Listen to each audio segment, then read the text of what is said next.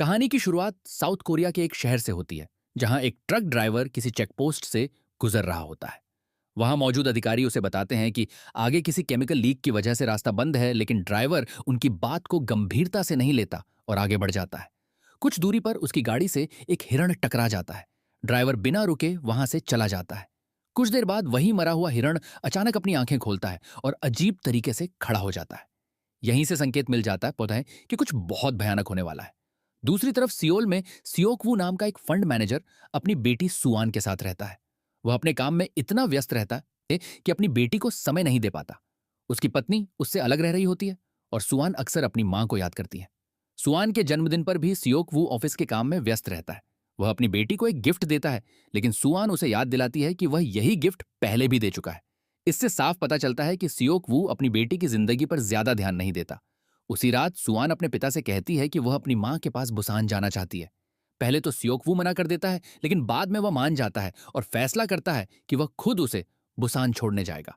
अगली सुबह दोनों जल्दी उठते हैं और स्टेशन पहुंच जाते हैं। स्टेशन पर बहुत भीड़ होती है, लेकिन इसी भीड़ के बीच कुछ अजीब घटनाएं भी हो रही होती हैं। कुछ लोग घायल दिखाई देते हैं, कुछ घबरा कर भाग रहे होते हैं, लेकिन कोई इस पर ज्यादा ध्यान नहीं देता। सियोकवू और सुआन ट्रेन में बैठ जाते हैं।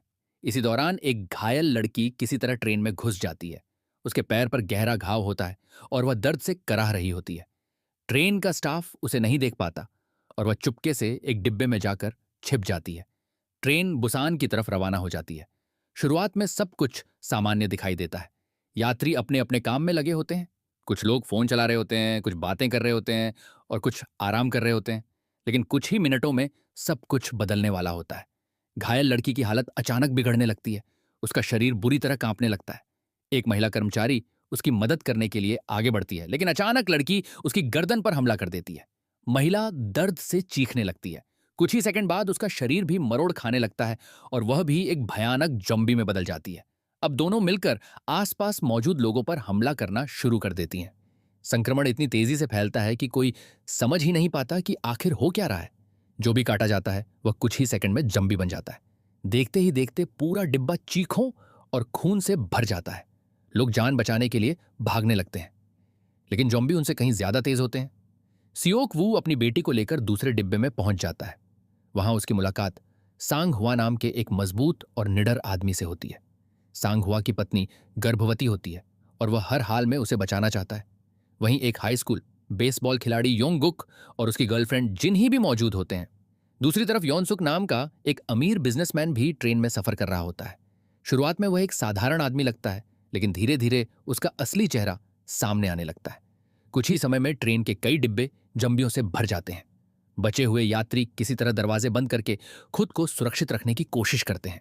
अब ट्रेन के अंदर हर पल मौत घूम रही होती है। कुछ समय बाद ट्रेन के अंदर खबर फैलती है कि पूरे देश में अजीब हिंसक घटनाएं हो रही हैं। टीवी और मोबाइल पर दिखाया जाता है कि कई शहरों में दंगे जैसे हालात बन चुके हैं। हालांकि सरकार लोगों को शांत रहने के लिए कह रही होती है, लेकिन असलियत इससे कहीं ज्यादा खतरनाक होती है। अब तक संक्रमण पूरे देश में फैल चुका होता है। थोड़ी देर बाद घोषणा होती है कि अगला स्टेशन डेजोन पूरी तरह सुरक्षित है और वहां सेना यात्रियों को बचाने के लिए मौजूद है। यह सुनकर सभी यात्रियों को उम्मीद मिलती है। उन्हें लगता है कि अब उनका बचना तय है। ट्रेन जैसे ही डेजोन स्टेशन पहुंचती है, सभी जल्दी जल्दी नीचे उतर जाते हैं। लेकिन स्टेशन पर पहुंचते ही उन्हें कुछ अजीब महसूस होता है। पूरा स्टेशन लगभग खाली होता है। कहीं कोई आम नागरिक दिखाई नहीं देता। कुछ देर बाद उन्हें दूर सैनिक दिखाई देते हैं। सभी लोग राहत की सांस लेते हैं, लेकिन अगले ही पल सच्चाई सामने आ जाती है। वे सैनिक पहले ही संक्रमित हो चुके होते हैं। अचानक वे यात्रियों पर टूट पड़ते हैं। पूरा स्टेशन चीखों से गूंज उठता है। लोग इधर उधर भागने लगते हैं। कई लोग वहीं मारे जाते हैं। किसी तरह सियोकवू, सुआन, सांग हुआ और बाकी बचे हुए लोग वापस ट्रेन तक पहुंच जाते हैं और दोबारा ट्रेन में सवार हो जाते हैं। इस अफरा तफरी के दौरान सुआन, सांग हुआ की पत्नी और कुछ अन्य लोग ट्रेन के दूसरे हिस्से में फंस जाते हैं। अब सियोकवू, सांगहुआ और बेसबॉल खिलाड़ी योंगगुक उन्हें बचाने का फैसला करते हैं, लेकिन उनके और अपने परिवार के बीच कई डिब्बे होते हैं और हर डिब्बा दर्जनों जॉम्बियों से भरा होता है। तीनों अपनी जान जोखिम में डालकर आगे बढ़ते हैं। वे दरवाजों का इस्तेमाल ढाल की तरह करते हैं। कभी सीटों के बीच से निकलते हैं, कभी जॉम्बियों को धक्का देकर रास्ता बनाते हैं। कई बार ऐसा लगता है कि वे बच नहीं पाएंगे, लेकिन फिर भी वे हार नहीं मानते। रास्ते में उन्हें पता चलता है कि जंबी आवाज और रोशनी पर ज्यादा प्रतिक्रिया देते हैं और अंधेरे में ठीक से नहीं देख पाते। जब ट्रेन सुरंग से गुजरती है तो वे इस कमजोरी का फायदा उठाकर कई डिब्बे पार कर लेते हैं। आखिरकार वे अपने प्रियजनों तक पहुंच जाते हैं, लेकिन असली मुसीबत अभी बाकी होती है। जब वे बाकी बचे यात्रियों वाले सुरक्षित डिब्बे तक पहुंचते हैं तो योनसुक लोगों को भड़काना शुरू कर देता है। वह दावा करता है कि ये लोग संक्रमित हो सकते हैं और अगर इन्हें अंदर आने दिया गया तो सभी मर जाएंगे। डरे हुए यात्री उसकी बात मान लेते हैं। नतीजा यह होता है कि सियोक वू और उसके साथियों को अलग कर दिया जाता है। यह फिल्म का वह पल है जहां साफ दिखाई देता है कि कभी कभी इंसान जॉम्बियों से भी ज्यादा खतरनाक हो सकते हैं। कुछ समय बाद जॉम्बी फिर हमला कर देते हैं। हालात बेकाबू हो जाते हैं। इसी दौरान सांगहुआ अपने दोस्तों और पत्नी को बचाने के लिए खुद को कुर्बान कर देता है। वह अकेले दर्जनों जॉम्बियों को रोकता है ताकि बाकी लोग सुरक्षित निकल सकें। धीरे धीरे जॉम्बी उसे घेर लेते हैं और आखिरकार वह संक्रमित हो जाता है। उसकी मौत फिल्म के सबसे भावुक पलों में से एक बन जाती है। इसके बाद बेसबॉल खिलाड़ी और उसकी गर्लफ्रेंड भी ज्यादा देर तक जीवित नहीं रह पाते। संक्रमण लगातार फैलता रहता है और एक एक करके लगभग सभी लोग मारे जाते हैं। अब ट्रेन में केवल कुछ ही लोग बचे होते हैं।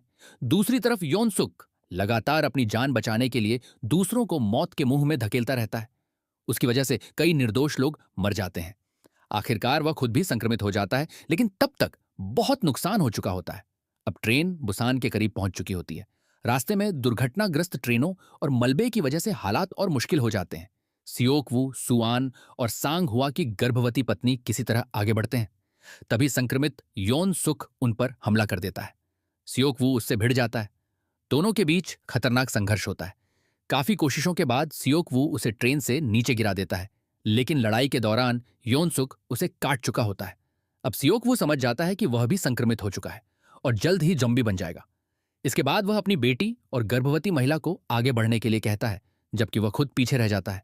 सुआन और गर्भवती महिला किसी तरह सुरक्षित क्षेत्र की ओर बढ़ती हैं। दूसरी तरफ सियोक वू संक्रमण के असर को महसूस करने लगता है। आखिरकार वह अपने आखिरी पलों में अपनी बेटी की यादों को याद करते हुए खुद को उनसे दूर कर लेता है ताकि वह उनके लिए खतरा न बन सके। उधर सुआन और गर्भवती महिला बुसान के सुरक्षित क्षेत्र तक पहुंच जाती हैं, जहां सेना तैनात होती है। शुरुआत में सैनिक उन्हें संभावित खतरा समझते हैं, लेकिन जब उन्हें एहसास होता है कि दोनों जीवित इंसान हैं तो उन्हें सुरक्षित अंदर ले जाया जाता है और इसी के साथ इस खौफनाक सफर का अंत हो जाता है।